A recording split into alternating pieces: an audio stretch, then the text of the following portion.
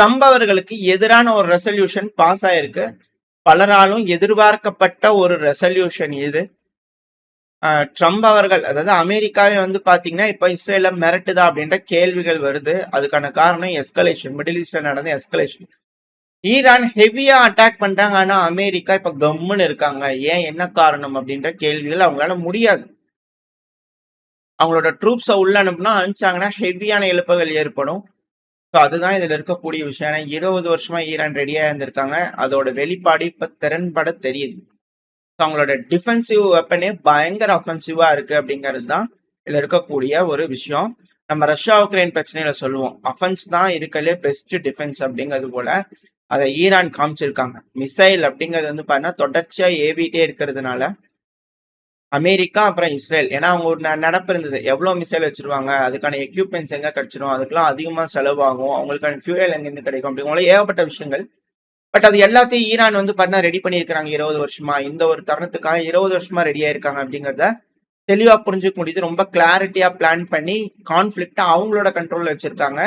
Full escalation dominance இப்ப Iran கிட்ட இருக்கு அப்படிங்கிறது போல பலரோட கருத்துக்கள். ஏன்னா எப்போ ஒரு நாடு எஸ்கலேஷன் டாமினன்ஸ் இழக்குதோ அப்ப அவங்க போர்ல தோத்துட்டாங்கன்னு அர்த்தம்.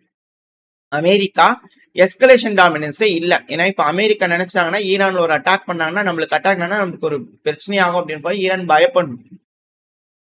ஃபர்ஸ்ட் அட்டாக்ன்றது வந்து பண்ணா அமெரிக்காவை தான் இருக்கணும். எல்லா டைமும் ஃபர்ஸ்ட் இனிஷியேட் பண்ற அட்டாக்ன்றது அமெரிக்காவா இருக்கணும். பட் அது ஈரான் மேல அவங்களால முடியல. ஏன்னா ஈரான் ஹெவியா ரிட்டாலியேட் பண்றாங்க. இதனால அமெரிக்கா கொஞ்சம் பதுங்க வேண்டிய கட்டாயத்துல இருக்காங்க. ஸோ இப்போ அப்பர் ஹேண்ட் வந்து பண்ண ஈரானுக்கு இருக்காதுதான் இதுல இருக்கக்கூடிய விஷயம். அதனால அமெரிக்கா இதை தெளிவா புரிஞ்சுக்கிட்டதுனால இஸ்ரேல மிரட்டுறாங்களா அப்படின்ற கேள்விகள். ஏன்னா house of representatives, lower house இருக்கும் இல்லையா, காங்கிரஸ் ஹவுஸ் ஆஃப் ரெப்ரசன்டேட்டிவ்ஸ்ல வந்து பாத்தீங்கன்னா ஒரு சட்டம் கொண்டு வராங்க. அதுல வந்து ட்ரம்ப் அவர்களோட வார் பவர்ஸை கண்ட்ரோல் பண்ணணும், ஈரானுக்கு எகெயின்ஸ்டா பெருசா எந்த ஒரு எஸ்கலேஷனும் பண்ணக்கூடாது அப்படிங்கிறது போல அதுல இது. அப்படின்னா காங்கிரஸ் சபையில போரை அறிவிச்சுட்டு போரை டிக்ளேர் பண்ணதுக்கு அப்புறம் நீங்க போங்க அப்படிங்கிறது போல ரெசல்யூஷன். 215 பேர் ஆம் என்றும் 208 பேர் நோ என்றும் போட்டதுனால ட்ரம்ப் அவர்களோட பவர் பறிக்கப்பட்டது. அமெரிக்காவோட ராணுவம் இப்ப ட்ரம்ப் அவர்களோட கட்டுப்பாடை கேட்காது, போய் கேட்டு காங்கிரஸ்ல அப்புறம் பாத்துக்கலாம் அப்படிங்கிறது போல இந்த இடத்துல இருக்கும். நடக்குதா இல்ல அதையும் மீறி அவங்க செயல்பட போறாங்களா அப்படிங்கிறது பார்க்கலாம். இது மிடில் ஈஸ்ட்ல இருக்கக்கூடிய மிக முக்கியமான ஒரு அப்டேட். இது ஈரானுக்கு கிடைக்கக்கூடிய ஒரு மிக முக்கியமான வெற்றின்னு பார்க்கப்படுது. ஏன்னா சண்டை நடக்குது, அவங்க உள்நாட்டிலே பிரச்சனை நடக்குது அப்படின்னா, எதிரியோட உள்நாட்டிலே பிரச்சனை நடக்குதுன்னா அப்புறம் இந்த நாட்டுக்கு ஜாலியா தானே இருக்கும்.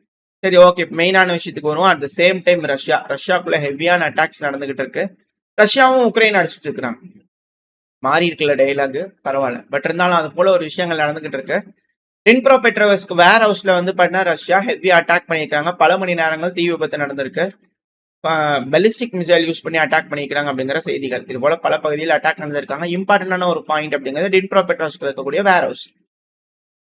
அந்த வேர் ஹவுஸ் அதிகப்படியா வந்து பார்த்தீங்கன்னா இழப்புகளை சந்திச்சுக்கிறாங்க உக்ரைன். அது மட்டும் இல்லாம உக்ரைன் வந்து பார்த்தீங்கன்னா சமீபத்தில் FP7 அப்படிங்கிறது டெஸ்ட் பண்றோம் அப்படிங்கிற சொன்னாங்க. இப்போ அதோட டெஸ்ட்டை வச்சு பார்க்கும்போது இது ஒரு S-300 மிசைலா இருக்குமோ அப்படின்ற கேள்விகள் வருது. ஏன்னா உக்ரைன் அவங்களோட பெலிஸ்டிக் மிசைல் வந்து பண்ண பெருசா பேசியிருந்தாங்க. FP7 பெலிகன் ரொம்ப சூப்பர், அப்படியே ரஷ்யாக்குள்ள பூந்துனா எல்லாம் முடிச்சிடும் அப்படிங்கிற மாதிரி பேசிட்டு இருந்தாங்க. ஸோ இதை வந்து பாத்தீங்கன்னா ஆன்டி ஏர்கிராஃப்ட் மிசைல் S-300 இருக்கு இல்லையா, ஸோ அதோட ஃபேமிலி பேஸ் பண்ணதா இருக்கலாம். 48 N8 வேரியண்டோட தான் இருக்கலாம். ஸோ அதை வந்து பாத்தீங்கன்னா மாடிஃபை பண்ணி பெலிஸ்டிக் மிசைலா யூஸ் பண்றாங்க. ஸோ FP7ங்கிறது ஒரு எனிமியோட பெலிஸ்டிக் மிசைலா கருதப்படாது. இது ஒரு ரீபர்பஸ் பண்ணப்பட்ட ஏர் டிஃபென்ஸ் சிஸ்டம் அப்படிங்கறத வந்து பாத்தீங்கன்னா கருதப்படும் அப்படிங்கிற சொல்றாங்க. ஸோ அதை மட்டுப்படுத்துறாங்களா, ஏன்னா அது பெருமளவுல உக்ரைன்ல வந்து பார்த்தா நம்ம ஒரு மிசைல் செஞ்சுட்டோம், அந்த சோதனை பண்ணிட்டோம், அது சக்சஸ் ஆயிடுச்சு அப்படிங்கிறதோட ஒரு மாரல் பூஸ்ட் இருக்கும் இல்லையா, அது ஒன்னும் இல்லை S-300 மிசைல் ஆமா அப்படிங்கிற சொல்லும் போது அவங்களுக்கு அது புஷ்ன்னு போயிடும் இல்லையா. ஸோ அது போல ஒரு விஷயங்கள் நடக்குதான்னு கேள்வி. இங்க இது மட்டும் கிடையாது, உக்ரைன் வந்து பாத்தீங்கன்னா அங்க அட்டாக் பண்றது ஒரு சைடு, ரஷ்யா உக்ரைனுக்குள்ள பண்ணது ஒரு சைடு. இப்போ உக்ரைன் வந்து பண்ண ரஷ்யாக்குள்ள அட்டாக் பண்றதுக்காக செயின்ட் பீட்டர்ஸ்பர்க்ல பல வழிகளை ட்ரை பண்றாங்க. அதுவும் நேட்டோவோட கட்டுப்பாட்டுக்குள்ள இருக்கக்கூடிய பகுதிகள், நேட்டோட லேண்ட் ஸ்பேஸ், வாட்டர் ஸ்பேஸ் எல்லாத்தையும் யூஸ் பண்ணி அடிக்கிறாங்க உக்ரைன். ஸோ உக்ரைனோட காமிகாசி ட்ரோன் FP1/2 ஒன்னா இருக்கலாம் இல்ல 2 இருக்கலாம். ஸோ FP ரக ட்ரோன்கள் வந்து பாத்தீங்கன்னா கல்ஃப் ஆஃப் ஃபின்லாண்ட்ல வந்து பாத்தீங்கன்னா அந்த தண்ணிக்குள்ள போற மாதிரி வந்து பாத்தீங்கன்னா பறந்துகிட்டு இருக்கு. இத பார்க்கறதே கஷ்டமா இருக்கு. ஏர் டிஃபென்ஸ் சிஸ்டம்ல அத கண்டிப்பா பண்ணவே முடியாது. இன்டர்செப்ட் பண்ணவே முடியாது. இது பண்ணவே முடியாது. அட்டாக் நடக்கும்போது தான் தெரியும். இவ்ளோ தூரம் தாழ்வா பறந்துட்டு இருக்கும்போது இதுதான் நம்ம ரஷ்யா உக்ரைன் பிரச்சனையில ரஷ்யா அட்டாக் பண்ணிட்டு இருக்கும்போது சொன்னோம். ஒடசா பையன்லாம் ரொம்ப தாழ்வா பறக்குது. மிசைல்கள், க்ரூஸ் மிசைல்கள், பெலிஸ்டிக் மிசைல்கள், இந்த இதெல்லாம் வந்து பார்த்தீங்கன்னா ட்ரோன்கள் எல்லாமே பெலிஸ்டிக் மிசைல்லாம் குட்டிக்காரன் அடிக்குது அப்படின்னு சொன்னோம். எல்லாமே அப்கிரேட் பண்ணியிருக்காங்க. க்ரூஸ் மிசைல்கள் தாழ்வா பறக்குது, பெலிஸ்டிக் மிசைல்கள் குட்டிக்காரனம் அடிக்குது, ட்ரோன்கள் ரொம்ப தாழ்வா பறக்குது அப்படிங்கிறத பார்ப்போம் இல்லையா?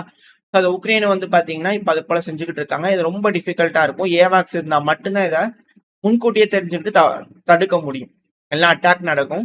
ஸோ அது நினைச்ச மாதிரியே வந்து பண்ணா கல்ஃப் ஆஃப் ஃபின்லாண்டை யூஸ் பண்ணாங்களே செயின்ட் பீட்டர்ஸ்பர்க்ல அட்டாக் பண்ணுவாங்க. மேசிவான அட்டாக் வந்து பண்ணா செயின்ட் பீட்டர்ஸ்பர்க்ல நடந்திருக்கு.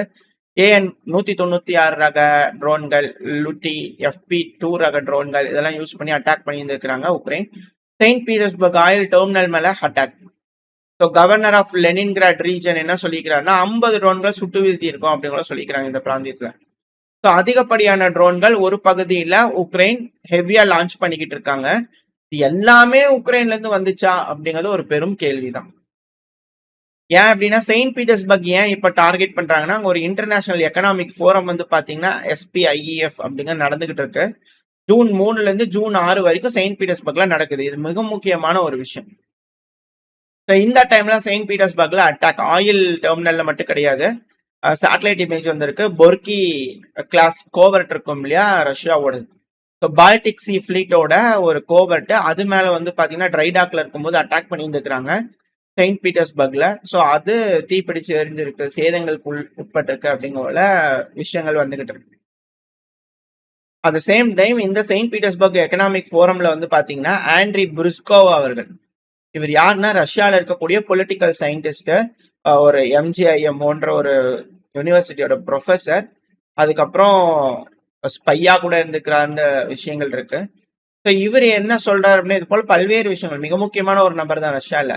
ஸோ இவர் என்ன சொல்றாருன்னா ரஷ்யா இருக்கு இல்லையா, இன்னும் சில வருடங்களுக்கு வரக்கூடிய அடுத்த சில வருடங்களுக்கு ஸ்டேட் ஆஃப் வார்ல தான் இருக்கும். கப்புள் ஆஃப் டிகேட்ஸ் கூட, இன்னும் 20 வருஷத்துக்கு பேசுறாங்க இவங்கலாம். 10 வருஷம் 20 வருஷத்துக்கு மேலேயும் ஆகும் அப்படிங்கிற சொல்றாங்க. ஸ்டேட் ஆஃப் வார்லயே இருக்கும் அப்படிங்கிற பேசுறாங்க. எக்கனாமிக் ஃபோரம்ல வந்து பாத்தீங்கன்னா ட்ரோன்களோட அணிவகுப்பு, புது புது ஆயுதங்களோட அணிவகுப்பு அப்படிங்கிறது அது டிஸ்பிளே வச்சிருப்பாங்களே அதுவும் அதிகமா இருக்கு. ஸோ வார் எக்கனாமி அப்படிங்கறத ரஷ்யா காட்டுறாங்க. நாங்க பல வருஷ போருக்கு தயாராயிட்டோம் அப்படிங்கறத ரஷ்யா இங்க காட்டுறாங்க. இப்போ இந்த பதிவுல நம்ம பார்க்க போது ஆர்கஸ் ட்ரோன். இந்த ட்ரோன்கள் வந்து பண்ணா செயின்ட் பீட்டர்ஸ்பர்க் இன்டர்நேஷனல் எக்கனாமிக் ஃபாரம்ல வைக்கப்பட்டது. இந்த ட்ரோன்களோட ஸ்பெசிபிகேஷன் அப்படிங்கிறது வந்து பாத்தீங்கன்னா 25 கிலோமீட்டர் உயரத்துல பறக்கும். அது ரொம்ப உயரமா பறந்துகிட்டே இருக்கும் அப்படிங்கறது இதுல இருக்கக்கூடிய விஷயம். உளவு பார்க்கறதுக்கு ரொம்ப ரொம்ப யூஸ்ஃபுல்லா இருக்கு. அப்படி பறக்கக்கூடிய இந்த விமானங்கள்னால தொடர்ச்சியா 40 நாட்களுக்கு வந்து பாத்தீங்கன்னா லைவா பறந்துகிட்டே இருக்க முடியும். ஒரு தடவை ஏவி விட்டுட்டீங்கன்னா 40 நாளுக்கு எதிரியோட வான்பரப்புல இருந்துகிட்டு 25 கிலோமீட்டர் உயரத்துல இருந்துகிட்டு என்ன நடக்குது ஏது நடக்குதுன்னு CCTV கேமரா லைவா வச்சு பாக்குற மாதிரியான ஒரு விஷயம். சோலார் எனர்ஜியை பயன்படுத்துறதுனால இதனால ரொம்ப நேரத்துக்கு ரொம்ப நாளைக்கும் கூட திறன்பட வேலை செய்ய முடியும் அப்படிங்கிற சொல்றாங்க. ரொம்ப உயரத்துல பறக்கிறதுனால எலக்ட்ரானிக் வார்ஃபேர்னால ஜாம் பண்ண முடியாது. ஏன்னா ட்ரோன்களே இருக்குன்னா அது தாழ்வா ரொம்ப தாழ்வா வந்துனாதான் வந்து பாத்தீங்கன்னா உங்களுக்கு அது கட் ஆகும். இது ரொம்ப உயரமா பறக்கனால எலக்ட்ரானிக் வார்ஃபேரும் வேலை செய்யாது. இது போல விஷயங்கள் இருக்கனால அதிகப்படியான உளவு தகவல்கள் ரஷ்யாவுக்கு கிடைக்கும். ரஷ்யா நீண்ட நாள் யுத்தத்துக்கு தயாராகிறாங்க. அப்போ பலரும் கழிச்ச மாதிரி இது ஒரு உலக போரா மாறிட்டு இருக்கா அப்படிங்கிற அச்சங்கள் வருது. அது போல எதுவும் இல்லாம எல்லாம் பேசி பிரச்சனையை முடிச்சுக்குவாங்கன்ற நம்பிக்கையில இந்த பதிவை நாம் முடிச்சுக்கலாம். ஓரளவுக்கான தகவல்கள் இந்த பதில பார்த்துருப்போம். இந்த பதிவு எப்படி உங்களுக்கு பிடிச்சிருக்கா, பிடிச்சுன்னா லைக் பண்ணுங்க, ஃப்ரெண்ட்ஸ் ஷேர் பண்ணுங்க, கூடவே உங்களோட கருத்துக்களை கமெண்ட் செக்ஷன்ல சொல்லுங்க. அது கூடவே நம்ம சேனலும் சப்ஸ்கிரைப் பண்ணலாம், மறக்காம சப்ஸ்கிரைப் பண்ணிக்கோங்க. உங்களோட அன்பு ஆதரவு எனக்கு எப்ப இருக்குன்ற நம்பிக்கையில அடுத்த பேர் உங்க சந்திக்கிறேன். Stay safe, by.